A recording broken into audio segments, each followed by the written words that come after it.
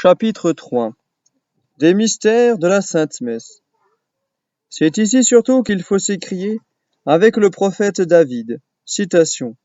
Venez et voyez les œuvres du Seigneur et les prodiges qu'il a faits sur la terre. Fin de citation. Car de toutes les merveilles accomplies par Jésus-Christ, l'institution du sacrifice de la messe est la plus étonnante, et nous y trouvons comme un résumé des autres. Il y a dans la Sainte Messe, dit saint Bonaventure, autant de mystères qu'il y a de gouttes d'eau dans la mer, de grains de poussière dans l'air, et d'anges dans le ciel. Je ne sais si jamais plus profond mystère est sorti de la main du Très-Haut. Fin de citation. Sanchez s'accorde avec le docteur Séraphique. Nous recevons dans la Sainte Messe, dit-il, des trésors si admirables, des dons si précieux, tant de bien pour la vie présente, et pour la vie future, une espérance si certaine, qu'il nous faut, pour le croire, la grâce d'une foi surnaturelle. Fin de citation.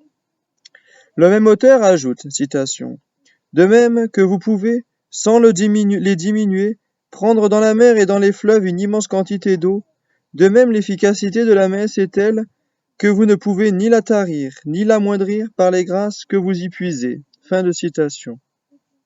Voici un exemple qui mettra cette doctrine en lumière.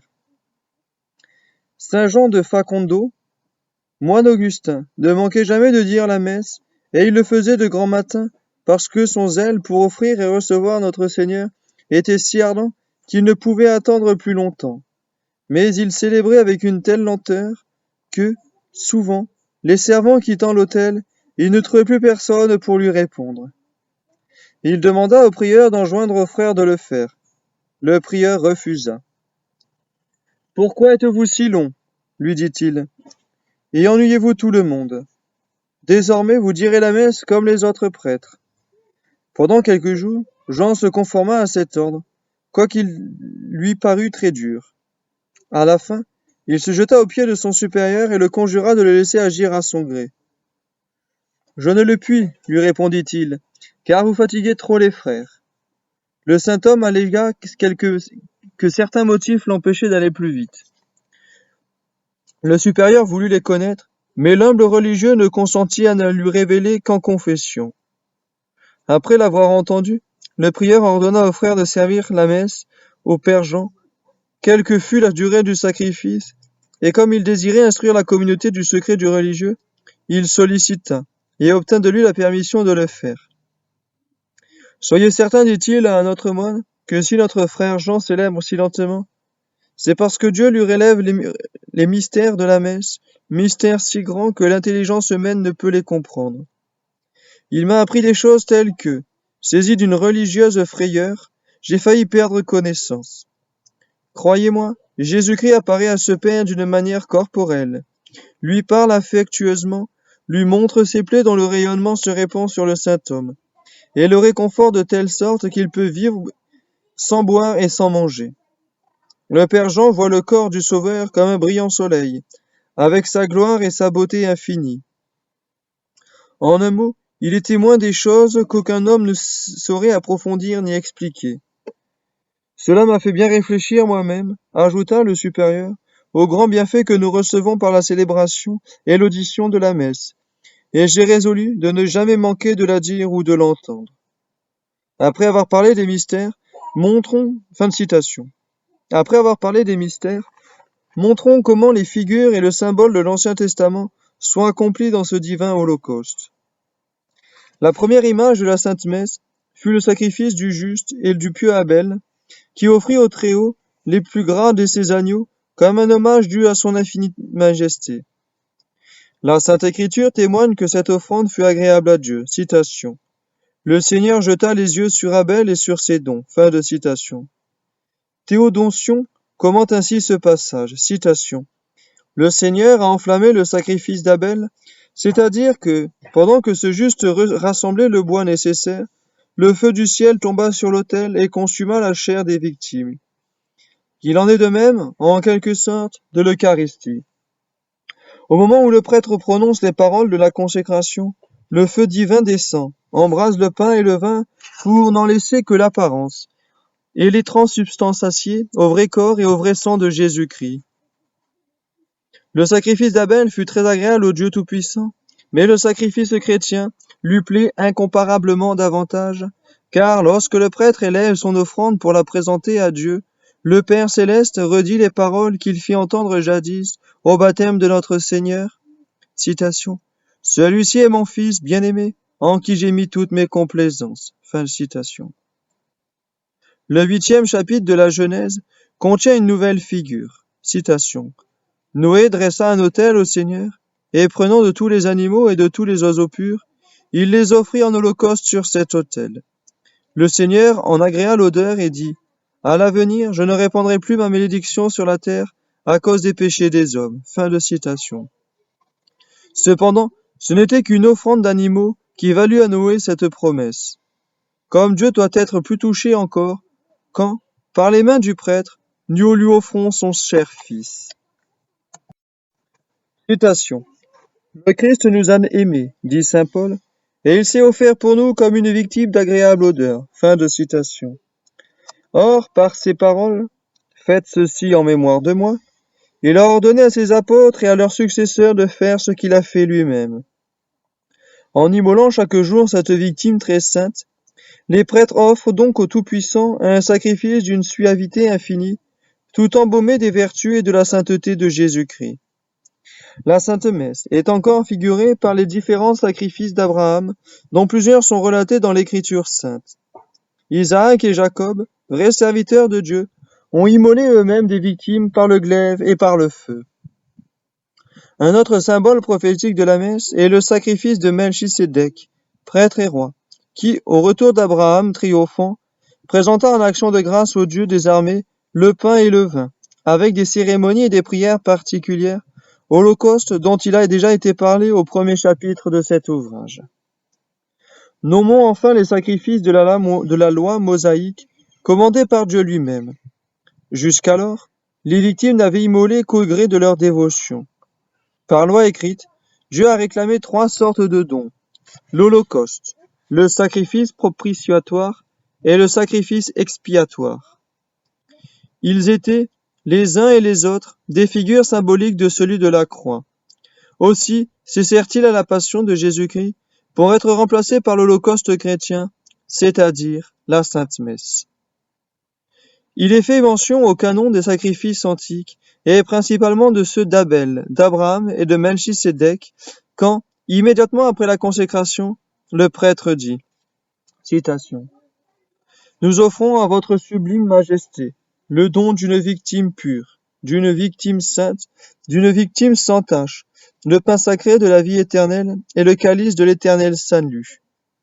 Daignez le regarder d'un œil favorable, et recevoir avec bonté cette hostie immaculée, vous qui avez daigné agréer les dons à votre serviteur, le juste Abel, l'offrande du patriarche Abraham, et celle de votre grand prêtre Melchisédek.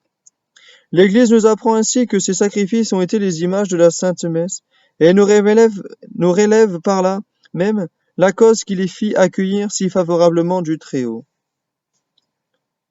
Beaucoup de catholiques comprennent mal cette prière, laquelle irrite, d'autre part, ceux qui n'appartiennent pas à l'Église.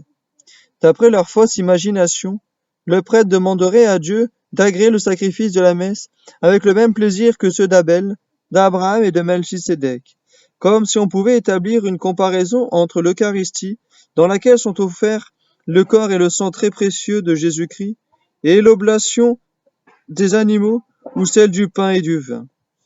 En réalité, le prêtre n'implore pas l'indulgence de Dieu pour la victime qui lui est immolée, car cette victime lui est infiniment plus chère que toutes les créatures, mais il demande au Seigneur de vouloir bien recevoir favorablement son sacrifice à lui, c'est-à-dire son œuvre personnelle, comme il a daigné accueillir la piété avec laquelle Abel, Abraham et Melchisédek lui ont offert leur holocauste.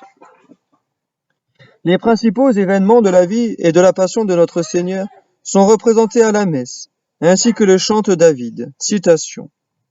Le Seigneur, dans sa bonté et sa miséricorde, a fait un mémorial de ses œuvres admirables. Fin de citation. Et afin que nous ne méprenions pas sur sa pensée, il dit ailleurs, citation, « Je me tiendrai auprès de votre autel pour entendre la voix de vos louanges et proclamer vos merveilles. » Fin de citation. C'est aussi le sens des paroles adressées par le Sauveur aux apôtres après l'institution de l'Eucharistie. Faites ceci en mémoire de moi. C'est-à-dire, je suis sur le point de me séparer de vous, car l'œuvre de la rédemption touche à sa fin. Mais, avant de nous retourner vers mon Père, j'institue la Sainte Messe comme le sacrifice unique du Nouveau Testament, et j'enferme dans ce sacrifice tous les mystères de ma vie et de mes souffrances, afin qu'étant reproduits de la sorte aux yeux de mes fidèles, ils demeurent gravés dans leur mémoire. Prouvons un peu de mots la vérité de cette interprétation. Je dis premièrement que le mystère de l'incarnation se renouvelle à la messe. Au jour de l'Annonciation, Marie ayant offert et consacré à Dieu son âme, son corps et principalement son sein très pur, le Saint-Esprit forma en elle, de son sang virginal, le corps de Jésus-Christ, et unit l'humanité à la divinité. Ainsi, quand le prêtre présente le pain et le vin et les offre à Dieu, le Saint-Esprit change ces éléments, en vertu des paroles de la consécration, au vrai corps et au vrai sang de notre Seigneur. Je n'exagère point en appelant cette opération divine un renouvellement de l'incarnation, car le prêtre reçoit Jésus entre ses mains aussi réellement que le reçut la Sainte Vierge dans ses chastes entrailles. Le prêtre peut dire de lui-même avec saint Augustin, citation, « Celui qui m'a créé sans participation est créé avec mon concours. Celui qui, sans mon aide, a tout fait de rien, m'a donné le pouvoir de le produire lui-même. » Fin de citation. N'est-ce pas un grand mystère et un miracle dépassant tous les autres qu'un homme crée son propre créateur? Le mystère de la nativité se renouvelle à nos regards comme celui de l'incarnation et avec non moins de clarté. Jésus-Christ est né du corps virginal de la Sainte Vierge. À la messe, il naît des lèvres du prêtre. Quand celui-ci prononce la dernière parole de la consécration, il a l'enfant Jésus entre les mains, aussi véritablement, sinon sous la forme que l'avait Marie. En témoignage de sa foi, il fait la génuflexion, adore son Dieu, l'élève au-dessus de sa tête et le montre au peuple. La Vierge Marie présenta aux adorations des bergers son fils nouveau-né, enveloppé de l'ange. Le prêtre présente aux fidèles, sous l'apparence du pain, le Christ enfant, afin que tous le reconnaissent pour leur Seigneur. Ceux qui adorent le Sauveur dans cet état exercent une vertu plus grande que celle des bergers, car les bergers virent en réalité l'humanité de notre Seigneur et crurent à sa divinité, tandis que nous n'avons sous les yeux que les seules apparences du pain et que nous croyons fermement, malgré cela, à la présence réelle de la personne de Jésus-Christ. Oui, nous avons devant nous, à la messe, ce même Jésus au pied duquel se prosternèrent les rois mages, que Siméon prit dans ses bras, que la Sainte Vierge offrit à Dieu dans le temple. Conformons-nous à ce triple exemple, offrons par notre piété un humble hommage à notre Seigneur et méritons nous aussi l'éternelle récompense. À la messe, Jésus prêche son évangile par la voix du prêtre et nous pouvons puiser dans cet enseignement un si grand secours, des biens immenses. Il opère des miracles en changeant le vin en son sang divin, prodige infiniment plus grand que celui de Cana. Il transsubstantie, comme à la scène, le pain en sa chair véritable. Enfin, après la consécration, nous le voyons s'élever, entre les mains de son ministre, comme il s'éleva sur la croix, et intérieurement nous l'entendons dire, « Père, pardonnez-leur, car ils ne savent pas ce qu'ils font, ni combien gravement ils vous offensent. » Nous ne voyons pas tout cela avec l'œil de notre corps, mais nous n'en doutons nullement, et nous méritons une plus grande récompense que ceux qui ont contemplé les mêmes mystères il y a 18 siècles. Notre Seigneur l'a dit expressément, citation, « Bienheureux ceux qui n'ont pas vu et qui ont cru. » Fin de citation. Oui, plus les vérités sont incompréhensibles, plus méritoire aussi est la foi, et plus riche sera la récompense. Citation. Au moyen d'une seule messe, bien entendu, dit un pieux auteur, en l'occurrence Sanchez, nous deviendrons plus riches que la possession de toutes les choses créées. Fin de citation. C'est dans l'Eucharistie que Jésus-Christ accomplit fidèlement la consolante promesse de l'Évangile, citation, Voici que je suis avec vous jusqu'à la consommation des siècles. » Fin de citation. Il ne s'agit pas seulement ici de sa divinité, mais encore de son humanité, présente sur l'autel et au tabernacle. Il y a plus. Si dans l'hostie, une fois consacrée, il réside constamment parmi nous, prêt à nous entendre, à exaucer nos prières, à nous secourir dans nos besoins, à la messe, il se fait notre victime, notre intercesseur. Il se voue à l'expiation de nos péchés. Expliquons-nous mieux. Jésus-Christ exerce à la messe son ministère sacerdotal. Il lui appartient donc à ce titre, selon l'expression de l'apôtre, citation, d'offrir des dons et des sacrifices pour les péchés du peuple. Fin de citation. Or, sur l'autel comme sur la croix, c'est lui-même qui est à la fois le donateur et le don, le sacrificateur et la victime. Il résulte de là qu'il y a une très grande différence entre l'hostie de l'ostensoir ou de la sainte table et celle de la messe, bien que dans les trois cas, Jésus-Christ soit présent de la même manière. Dans l'ostensoir, le Sauveur s'offre à nos adorations. Au saint sacrifice, il s'offre à Dieu par les mains du prêtre.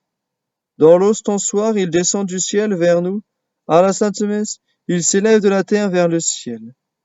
Bref, dans l'ostensoir, il est sacrement. À la messe, il est victime. À la sainte table, c'est nous qui le recevons par la communion. Au saint sacrifice, c'est le Père céleste qui le reçoit comme expiation. Il n'est pas difficile d'expliquer cette volonté de notre Seigneur de demeurer avec nous jusqu'à la fin du monde. Il veut être la tête de son Église, c'est-à-dire des fidèles, et il veut que les fidèles soient son corps spirituel. Or, le corps ne pouvant être au ciel avec la tête, ne convient-il pas que la tête soit sur la terre avec le corps? Le Christ étant l'époux de l'Église, son amour ne doit-il point le porter à être sans cesse avec elle?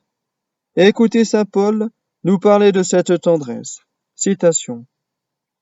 Hommes, et aimez vos femmes comme le Christ a aimé son Église, et s'est livré pour elle afin de la sanctifier, la purifiant dans l'eau du baptême, par la parole de vie, pour s'offrir à lui-même une Église glorieuse, n'ayant ni tache, ni ride, ni rien de semblable, mais sainte et immaculée.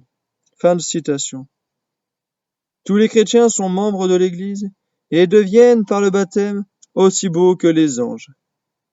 C'est pourquoi il n'est pas possible à Jésus-Christ, qui trouve plus d'attrait dans une âme innocente qu'un fiancé dans la plus belle des fiancées, de s'éloigner de l'Église, et il veut demeurer avec elle jusqu'à la consommation des siècles.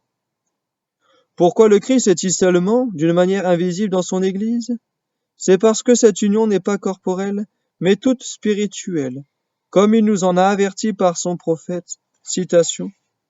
Je vous épouserai pour jamais, je vous épouserai pour une alliance de justice et de jugement, de compassion et de miséricorde. Je vous épouserai dans la foi, et vous saurez que c'est le Seigneur. Fin de citation. Le Christ étant uni à l'Église dans la foi, il convenait qu'il restât caché, afin que les fidèles eussent ainsi l'occasion de pratiquer cette vertu et d'émériter davantage. Il convenait aussi que le divin époux demeurât avec son épouse pour lui fournir, en même temps que les aliments nécessaires, ses secours et ses faveurs. Or, c'est à la Sainte Messe, c'est dans la communion sacramentelle et spirituelle qu'il atteint ce but et s'acquitte de ce ministère. C'est là qu'il donne à l'Église de véritables preuves d'amour, qu'il veille sur ses intérêts temporels et éternels. Ô âme chrétienne, si vous vivez dans l'état de péché mortel, vous êtes le fiancé du démon, tandis que, si vous êtes en état de grâce, vous êtes la fiancée du Sauveur, qui vous aime tendrement et qui prend soin de votre salut.